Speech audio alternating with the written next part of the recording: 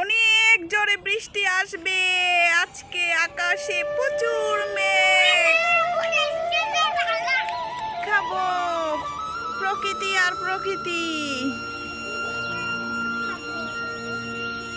দুষ্টু কোকিল ডাকে রে কুক কুক কুক কুরিশান। দুষ্টু কোকিল কিভাবে ডাকে?